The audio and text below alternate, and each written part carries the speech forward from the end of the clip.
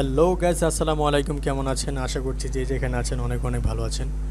বন্ধুরা, আবারও চলে এলাম চ্যানেলের নতুন আরেকটি ভিডিও নিয়ে। বন্ধুরা, আজকের ভিডিওতে আপনাদেরকে দেখাবো vivo y21 ফোনটির ফুল রিভিউ এবং বাংলাদেশ মার্কেটে এর প্রাইস রেঞ্জ কত। এর সবগুলো প্রশ্নের উত্তর থাকছে আজকের ভিডিওতে, সো ভিডিওটি স্কিপ না করে সাথেই থাকুন। বন্ধুরা, প্রথমে যদি ফোনটির ডিজাইন এবং বিল্ড কোয়ালিটি নিয়ে কথা বলি, তাহলে ফোনটির ফ্রেমে এবং ব্যাক সাইডে রয়েছে প্লাস্টিক এবং ফোনটির ব্যাক সাইডের উপরের অংশে বাম পাশে থাকছে ডুয়েল ক্যামেরা সেটআপ এবং সঙ্গে থাকছে এলইডি ফ্ল্যাশ এবং ফোনটির একেবারে নিচের দিকে থাকছে ভিভো ব্র্যান্ডিং। আর ফোনটির সামনে আসলে আপনারা পেয়ে যাচ্ছেন একটি ফুল ভিউ ডিসপ্লে, যার উপরের অংশে মাঝ বরাবর ওয়াটার ড্রপের মাধ্যমে বসানো হয়েছে সেলফি ক্যামেরাটি। বন্ধুরা, এই ফোনটি থিকনেস করা হয়েছে 8 মিলিমিটার এবং ওজন করা হয়েছে 182 গ্রাম। তার মানে ফোনটি মোটামুটি স্লিম এবং লাইট ওয়েট। ডিজাইনের দিক দিয়ে ভিভো সবসময় একটু এগিয়ে থাকে। ফোনটির ডান পাশে থাকছে পাওয়ার বাটন এবং ভলিউম ড্রপার, আর পাওয়ার বাটনে থাকছে ফিঙ্গারপ্রিন্ট সেন্সর, যা খুবই ফাস্ট এবং অ্যাকুরেট। আর ফোনটির উপরের দিকে থাকছে সিম কার্ড এবং মাইক্রো এসডি কার্ড স্লট, যেখানে আপনারা দুটি সিমের পাশাপাশি একটি 1 TB micro SD card use করতে পারবেন। আর একেবারে নিচের দিকে থাকছে 3.5 মিলিমিটারের একটি headphone jack port, microphone, type C slot এবং স্পিকার। বন্ধুরা, বাংলাদেশ মার্কেটে এই ফোনটির দুটি কালার ভেরিয়েন্টে পাওয়া যাবে, ডায়মন্ড গ্লো এবং মিডনাইট ব্লু।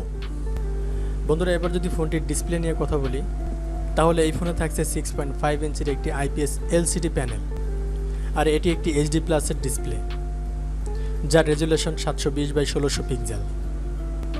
এছাড়াও থাকছে 270 PPI ডেন্সিটি। তবে এই ফোনের খারাপ দিকগুলো হচ্ছে, এই বাজেটের ফোনে ফুল HD প্যানেলের ডিসপ্লে হলে খুব ভালো হতো। এই বাজেটে HD প্লাসের ডিসপ্লে কোনোভাবেই মেনে নেওয়া যায় না। এই ডিসপ্লে HD প্লাস হওয়ার কারণে যে কোনো কন্টেন্ট প্লে করলে শার্পনেসের ঘাটতি পাবেন। আর এছাড়াও ফোনটি দিনের আলোতে ব্যবহার করলে ব্রাইটনেসেরও ঘাটতি পেয়ে যাবেন। এবার যদি ফোনটির পারফরমেন্স এবং সফটওয়্যার নিয়ে কথা বলি, তাহলে এই ফোনে থাকছে অ্যান্ড্রয়েড 11, যার ব্যাকএন্ডেতে থাকছে ফান্টাস 11.1। আর ফোনটির চিপসেট হিসেবে থাকছে মিডিয়াটেক হিলিও P35, যা 12 ন্যানোমিটারের আর্কিটেকচারে তৈরি করা একটি অক্টাকোর প্রসেসর।